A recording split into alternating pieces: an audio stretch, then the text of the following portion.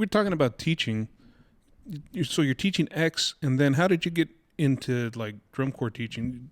Did you say Crown was like your first line that you taught? Coats. Coats. Oh yeah. Yeah, Blue Coats was, yeah. So you taught with Mike, right? Yeah. Okay. Yeah, as soon as I aged out, I started bugging Mike for drum corps jobs. And I was like, "Hey man, can I come teach? Can I come teach?" And I just like, I must have been just annoying enough.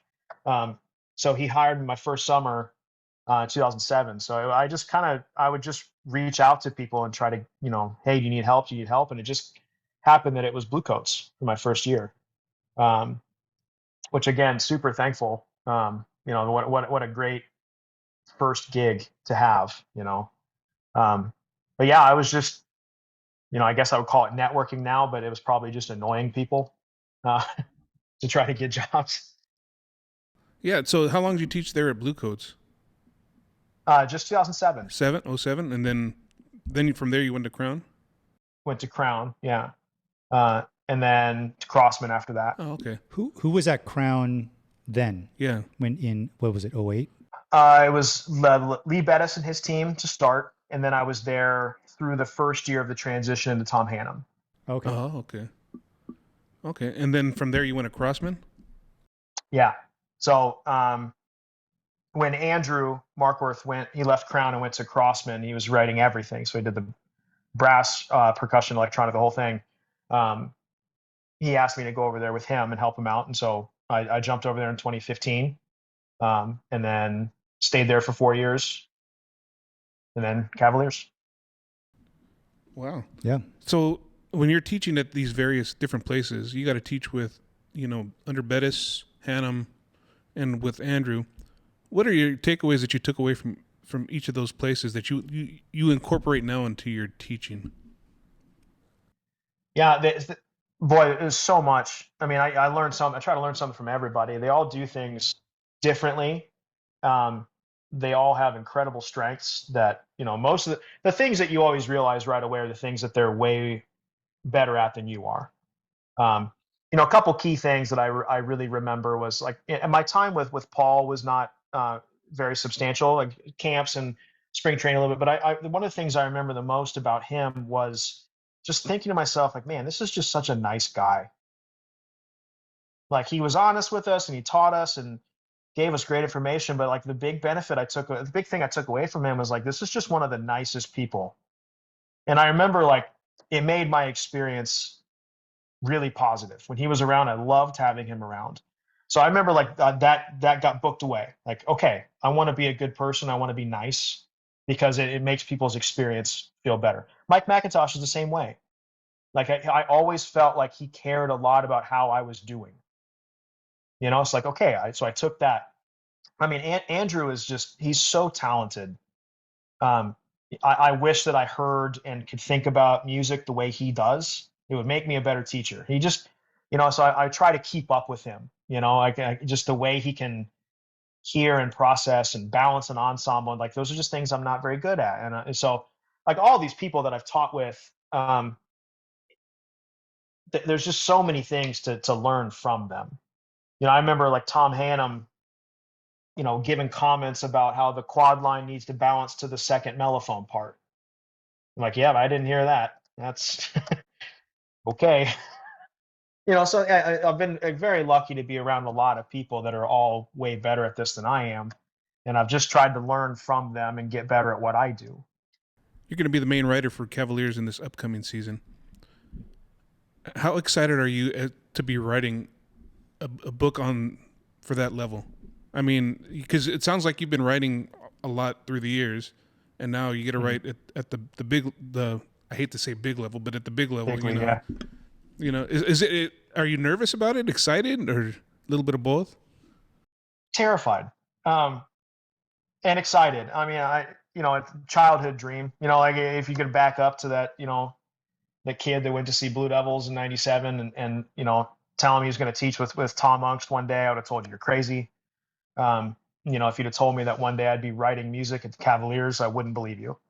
So I'm just thrilled, and that's a big childhood dream of mine. I was the kid that got in trouble in math class because I had manuscript paper out and I was writing drumline cadences during math class. So to be able to do this is just a huge goal of mine. So I'm very excited. I also don't want to screw it up. So I understand the pressure of it. I mean, you think of the names of people that have written the battery music at the Cavaliers recently. I mean, they're giants. You know, you got Mike McIntosh. Before that, it was Jim Casella. Before that was Brett Kuhn. Before that, it was Jim Campbell.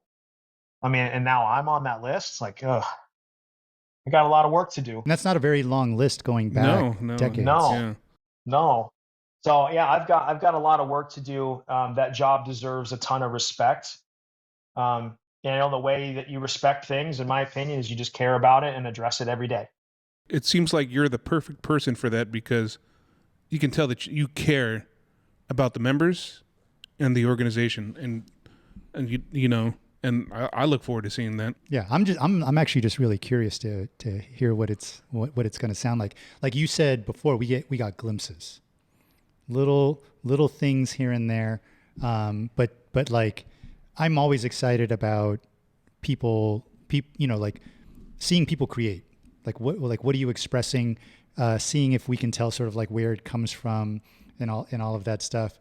If I see the snares stick their elbows up like that, I'll know exactly where that came from. Little Easter eggs, little callbacks, I still love a high snare drum. It just feels good. Just feels good. Yeah. An interesting question that I feel like maybe is one of those like sort of from the outside kind of unseen things. As we talked about, like as you evolved as a teacher, you've taken on more and more responsibility. Right? Like you're not just the snare tech.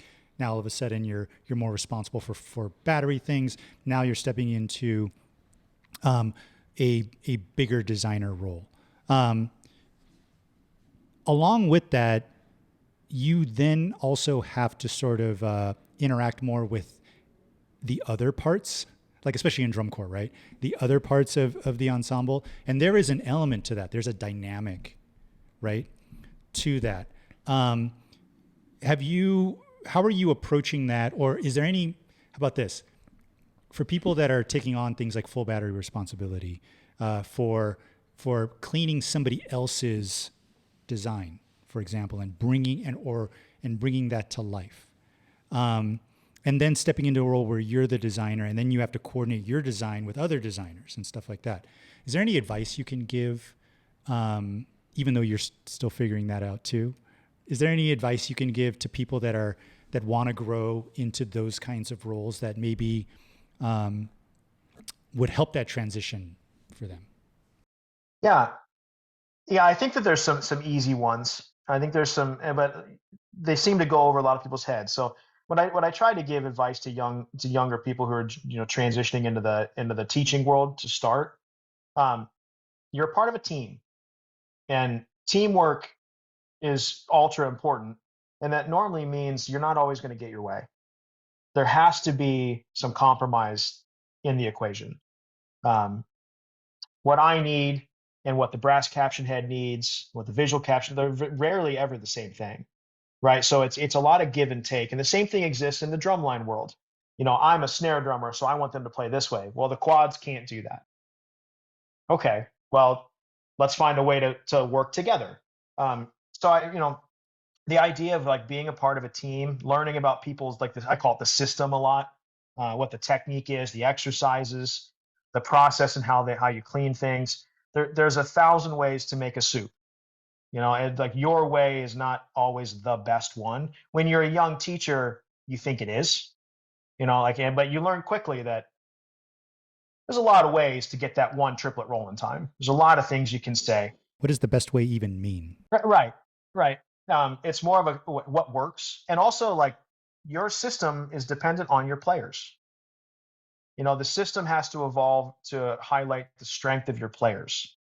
You can't just have this like a cookie cutter mold of all my players are going to do these things. What if you get 9 snare drummers that have a different strength? Are you just going to ignore it, or are you going to try to incorporate it into what you do?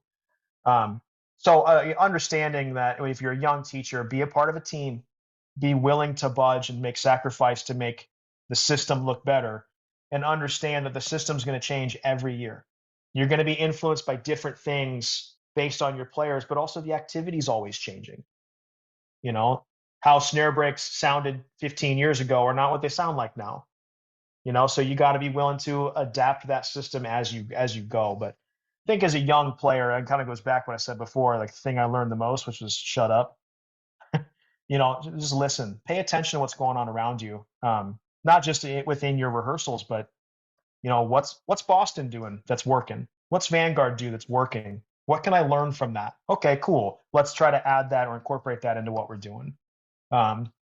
I think that's just being observant and being competitive. I think anybody who has observed, Rhythmix and Cavies since COVID, let's just say that window.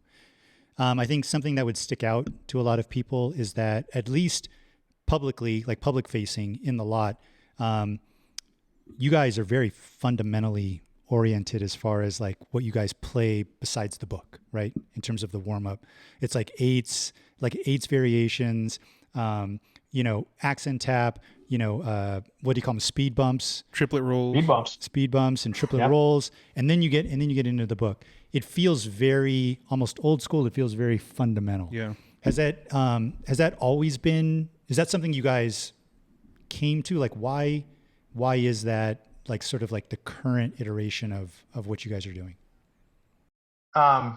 We play the most boring exercises that exist. That's like one of the most consistent questions I get is like, why are your exercises so boring? Honestly, at Rhythmix, a lot of it goes back to the fact that our warm-up window is 22 minutes. So when we go to a show warm-up, they cram us in a tiny band room, and you have 22 total minutes, and that includes your time playing with the front ensemble. So your warm-up time is about 10 minutes. So we've tailored the exercise packet to be that we can hit all the things we need to hit in a 10-minute window. So that was honestly how it started. But I happen to be a fan of that because I, as a player, always hated learning long exercises. I would much rather have 100 exercises that are all 4 to 8 measures and I can memorize in 2 seconds. That was something that we did at Crown. The packet that Jeff Queen handed us, which is a lot of what you call them the Rhythmix exercises now. I mean, there's probably 50 exercises in that thing, but none of them were more than 4 measures. So it always made my job as a player very easy. When you're playing this exercise, your objective was very clear. This is what I'm working on. So I always kind of liked that anyway. And then we found out that it just works. I kind of look at the drum line and I look at the players and like almost like you're building a character on a video game. Where's our strength number, speed, agility, flexibility, all those things.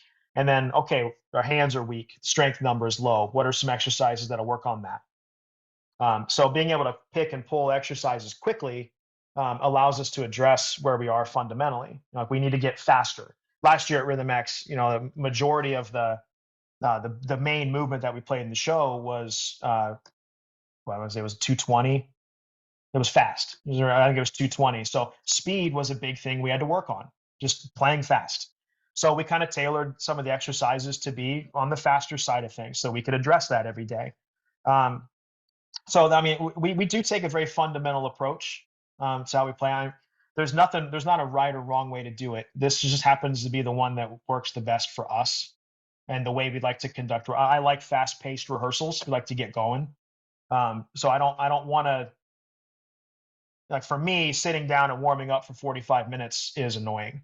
I'd rather warm up in 10 and let's get to the book. Let's get on the floor. Let's get on the field. So we've definitely tailored it that way. But again, there's no wrong way to do it. That's just the one that works for us. This is something I typically ask everybody that's on the podcast. And this is just kind of out of the blue. Have you ever had a situation where, you had somebody with good hands, but their attitude was just not the best? And have you ever had to cut anybody because of attitude issues? 100%.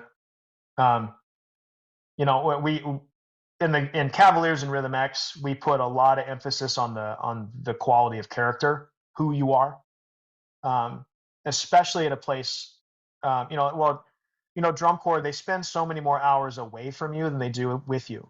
Like the hours on the bus and when they were out of rehearsal. And you can't be with them every second. So you have to trust that they're making good decisions, and that's something that we address all the time. Is we do a lot of background. Johnny snare drummer is auditioning this year. I'm calling their caption head over the summer. What were they like? If I have a connection that I know that teaches there, I'm asking them about that person. What were they like? You know, like Rhythmix, we have to put a high emphasis on that. Like we didn't always put a high priority on that, and so we that's something that we're improving on and addressing constantly to try to be a better group. And we're aware of all the what our past looks like, and we a lot of that's made up, but a lot of it is true. So we're trying to fix that as we go. So we've started to put a lot of energy into who they are has to mean more than what they're capable of from a playing standpoint. So we have let really great players go because they were worried about how they would fit in with the ensemble. Definitely. Where like a lot has been sort of made of the connection now, obviously between Cavaliers and Rhythmix, almost like there's a relationship there. But something we noticed is that a lot of Rhythmix players come through Cap City. Yeah. Is there a reason for that connection? Is it just proximity? Is it just who teaches at Cap City? There's not a direct connection there. I think that we rehearse when they're from Columbus, we're from Dayton, so we're an hour and 5 minutes apart. Okay. And we have and throughout the years we've pulled a lot of players from Cap City. There's no like connection there really. I mean, we're all friends, but they just happen to make their way over to us. Right. I was just asking because maybe like in terms of what you're talking about, there's a level of trust, right? You're like, oh, they went through this program. I know who teaches there. I know what they value. There are things that I can sort of not necessarily assume, but hope that, are in there from having gone through that program. Yeah. I think that Rhythmix, what you see is what you get. Like we're pretty genuine in the sense that like what you see us, how we act at shows, and I think what people would say about how we are in rehearsals and all that, it's very consistent. So like if you are considering leaving your group and you are looking for a place, like competitively, we're going to fit in a window that's probably something you want to be in. Can't guarantee that, but like you have that shot, but also you're going to be treated really well. You're going to have a lot of freedom. You're going to be treated like an adult. The exercises, what those are. What style of music we play. So I think there's just a lot of comfort that draws people to us, but no, we don't have any sort of like partnership or connection or anything like that. Can I ask you about something that obviously I've been aware of you guys, Rhythmix, for a while. But I think from actually being able to go out to rehearsals and get like a little bit of a more intimate glimpse into what you guys do, something that I noticed, I noticed it in a lot. I think it was, what was the year that Ty, tenor drummer Ty, what was the year he didn't march? Was it 23 or 22? 23. 23. 23. Yeah. So we were in the lot in 23, and I was standing with him and another snare drummer, and we were listening to you guys play the show, and I was like, I just said to Ty, I was like, Rhythmix has a sound. You guys make the instruments sound a certain way. And it was kind of similar to the conversation I had with Russell on tour this last summer, where when it sounds clean, there is a quality to it that is unique to you guys, at least in my travels, right? You guys make the instruments sound a certain way. I would say it's, I don't want to call it a heaviness, but there is a weight to it. Separate from, like, is there anything you can speak to in terms of that, in terms of like how you approach things and how that results in making the instruments sound the way you guys make them sound? Yeah. So the technique that we play is that's derived from the sound that we want. So it's the technique that allows us to get the sound that we want. We talk a lot about what our definition. A lot of people go to any drum line, they'll say the word sound quality. You need to work on your sound quality, but not many people can define exactly what that is. So I think it starts with us getting the players to understand what that is. And for us, it's very easy. It's hitting the drum at a velocity point that the three main components, metal, wood, and plastic, can all resonate together. So if you hit the drum too hard, you lose the low end. So you start to hear a lot of metallic sounds, and then if you hit the drum too light, then you start to hear only plastic sounds and you don't hear the metal resonating. So we talk a lot about finding that sweet spot where the drum really sings and is open. Then on top of that, like tuning wise, we really nerd out about tuning to like a heavy degree, and probably one that people don't want to talk about too much. Like, the way the bottom head is relating to the quad tuning, to the bass drum notes, to the concert bass tuning in the front ensemble. We try to share as many pitches as we can so that the ensemble sounds full all the time. So a lot of it's tuning, but then picking a style of playing and exercises and technique that allows us to get that sound. So it's really like trying to play with a relaxed hand and let the stick breathe and all those stuff that tried and true, that everybody knows. But like Rhythmix especially, like people are always really shocked when they, when they see how we tune the snares, especially, they're always like, oh, what are you guys doing? What's the secret? And there's no tape, there's no patches, all the guts are on. We don't do anything. We just tune to the pitches. So people are always kind of shocked by that, but the more we don't want to doctor the drums up too much. In the summer we have to a little bit more, but I think it starts with tuning. Have a conversation with your whole group about what notes you want to tune everything to, and do they work together. I think that's a big, especially over the summer, like having a shared pitch amongst the whole battery. It makes us sound big. Is there any does that change at all when you then apply that to a specific show that has a specific like soundscape? I remember, and the reason why I asked that is because I've had a couple of those conversations like this past summer where, and maybe it's more of a summer thing because you have sounds that everything needs to fit and things can't compete against each other, and the soundscape needs to work, and obviously, and clarity, right? Everything needs to be presented so that the judges know what you're doing, right? Like they're not missing anything because it's getting buried in the soundscape.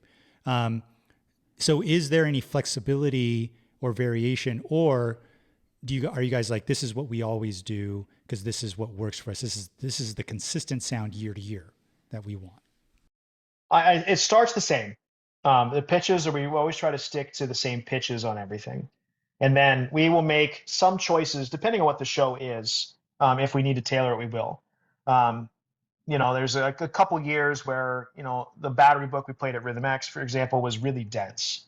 Just a hard, more faster tempos, dense music. So we need the sounds to be a little shorter so that when we do play it well, that clarity cuts through. The drums sound too low or ringy. So we'll maybe take the top heads of the snares up a little bit. We'll go to a thicker bass drum head, maybe. We'll find ways to kind of tailor that sound inside the pitches.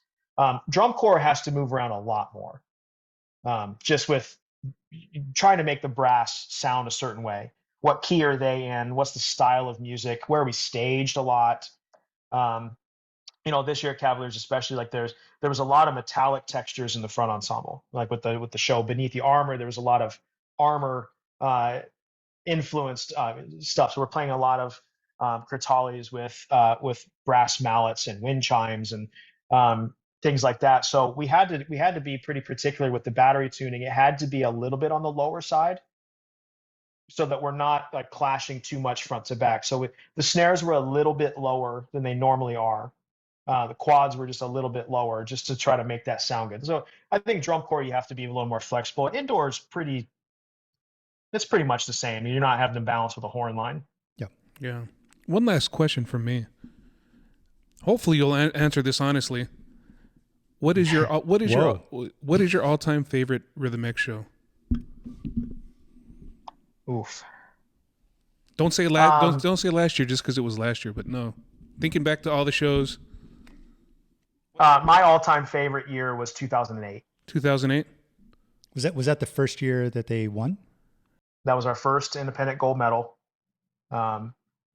Just a great season, fun season. I just remember that one sticks out to me as just like not only were we successful, but it was just a fun season. Everything kind of went right. Good members, staff was fun. That was one that sticks out to me as my personal favorite. Now, what's the greatest show we've ever done? Like, what's the best show? Oof. So there's some good ones. You have to put 2013 up there. Man in the Arena. That's a good one. But yeah, my favorite's 2008. I think that was just a wonderful year. That's actually a good transition into something that I wanted to ask, and something that we talked about before is what's the difference between winning and almost winning, right? So 08, Rhythmix wins 0809 and wins in 2013. Rhythmix has placed second 6 or 7 times. A lot. Yeah.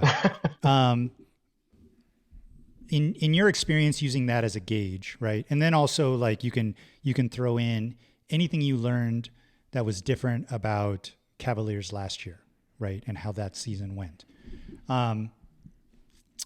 What are the takeaways that maybe aren't obvious from the outside about a winning season versus knocking on the door, but not necessarily getting it all the way there? And man, it's so close. I mean, that my biggest takeaway is just how hard it is to win. You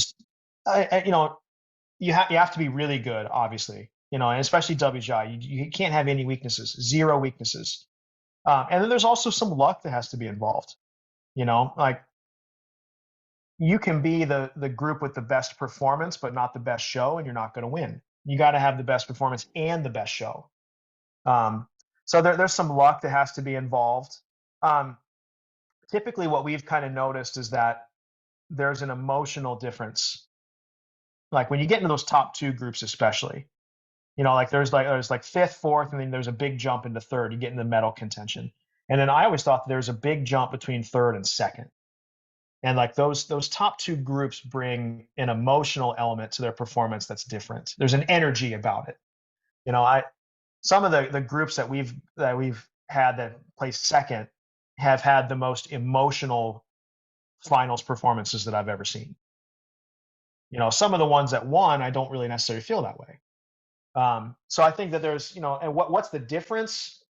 Opinion, maybe at that point, like those top 2 groups, and I'm not taking anything away from anybody, but they're so good. I mean, it really comes down to, I like that better. That's a little better. I mean, I prefer that. So I think it's just really tough, and it's a tough pill to swallow, getting second and being so close. Like being a 10th from Pulse last year. That was, man, I wish the season was 12 hours longer. And I don't need you to say it, but I'll say it. Like one judge, Yeah. in particular. I will just say that if you looked at the score sheets, you were like, wait a minute. Well, that was even the year before though too. Yeah. Yeah. Not to rehash old stuff, but yeah. Here's what's funny, like that you say that, Josh, about the emotional component is something that I noticed the first year we came to see you guys to a finals week rehearsal, which was I think 2 years ago. Yeah. One thing I noticed, every comment that Tim Jackson was making to the ensemble was about the emotion of the performance, and about tuning that in. It wasn't about clean, time or anything like that, because a lot of that was already so almost there. It was those last couple of steps of like, what is this moment about? Is that being expressed? Are you conveying that?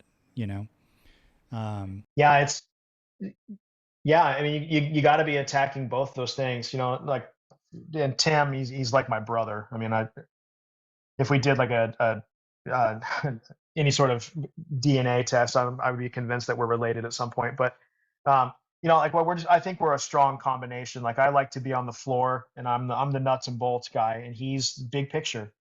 So he's able to really get them focused on that emotional element. And at WGI especially, it's so intimate. I mean, you can just you see like drum corps. A lot of us have ditched the hats and everything, so you see some faces, but you're not close enough. At WGI, I mean, you are in people's faces. I mean, you're sitting in the living room. I always said, and so the emotional element just means so much more. So you have to be talking about that. You're never going to get that unless somebody's telling you what this means and trying to get you to connect to the show in some way. But when you get to those top five, man, I mean, there's just something you feel it when it happens. Like there's a feeling in the room. It's not about a left hand here or a snare break that happened over there. There's a feeling in the room when you've reached the top groups. Like you just you stood up a little taller, because it feels different. That top five in WGI is really a hard nut to crack. And, and the people that are in that top five, they just want to stay there, they're going to be fighting. Do you have a perspective at all on you're focused on your groups and stuff, but do you have a perspective at all on the groups that like Rob just brought up that are knocking on the door? Looking at you, looking at them through the rearview mirror, the Infinities, the Uniteds, like that sort of... they're hungry. Yeah, that 6 to 9 range.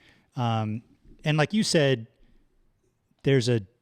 what is the quality that's different? Like, what is the aspect? Because I'm sure they are thinking all the time about how to crack that nut, I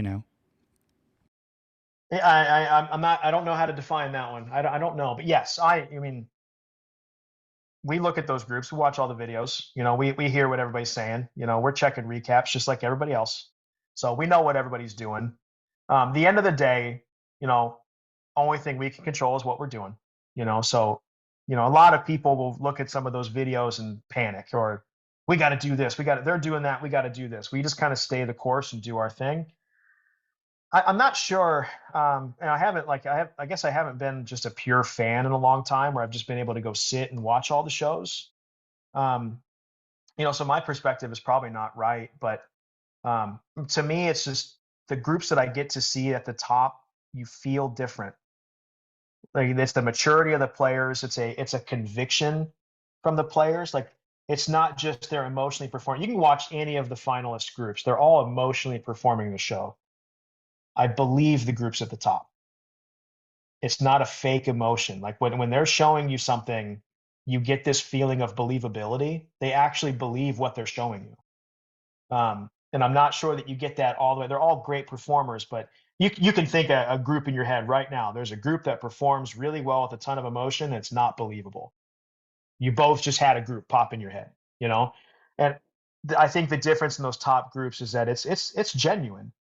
Like they believe in their show. They believe in what they're doing. They've created some sort of personal connection with the message of the show. And it's very genuine. There's something real about that I don't think you get from every group. And that's not something you can just decide to do. You're like, oh, wait, we're about to go to Dayton. Let's all of a sudden work on being, authentic and believable and stuff like that. That has to be there. That's to sort of be as important as everything else that you're working on all season. Yeah. Right. Anything else? No, I'm good. Well, my one question's for you, George. Who's winning WGI this year? Rhythmix. I'm calling. Not a boy. We got to get you on Are you interested in judging? Only finals night. Only finals night. Hey, real quick before we let you go, you have any endorsements? You have any sponsors or anything you want to talk about? Yeah. I've teamed up with Zildjian, Innovative Percussion, and Pearl Adams. Oh, nice. Long relationships with all of them. They're all great people, great companies. Anything that, Rhythmix auditions are about a month and a half away now. Yeah, first weekend of October, I think. And Cavaliers auditions will be not that far after that. Anything you want to say to prospective members that are thinking about coming out and auditioning? I mean, in DCI, you can't make any announcements till after Labor Day. Right. Oh yeah. There's that moratorium. Yeah, keep your eyes on the internet. There's some big things happening. Big things. Hey, Josh, thank you for your time, and Of course. I look forward to seeing you guys in the winter, X, and see what the future has for the Josh Brickey Cavaliers, Yeah. Stay tuned. And, Josh, we really appreciate this because I know that people know of you. People know what you look like. They've seen you, right? Because you are such a constant presence with your groups. But hopefully this conversation sort of invited people into knowing a little bit more about who you are as a person and what your journey has been like. So we really appreciate that. Thanks. I appreciate you guys doing this. I'm not very good at getting myself out there to people who get to know me. So yeah. Well, you're out there this is now. helpful. You're out there You now. asked for it. So all 10 people that watch our podcast, they'll be like, checking you out. Yeah. But, I'm sure, you said some stuff in here and somebody will be like you mentioned some names of that cadets, the bass drummer, and somebody will be like, I know who that is. That's so-and-so. And, yeah. So, yeah. All right, Josh. And with that, I guess we'll wrap it up for our first episode back after a long hiatus, and hopefully we'll be back with some more episodes soon. Yep. For anybody listening out there, feel free to drop us a comment. Smash that like and subscribe button. If you're listening to the podcast version, drop us a comment on the whatever podcast platform you're listening to. And if you see us out in the wild, yeah, please come up and say hi. Yeah. Thanks, everybody. We'll see you next time here on the Coffee Shop Podcast. Take care.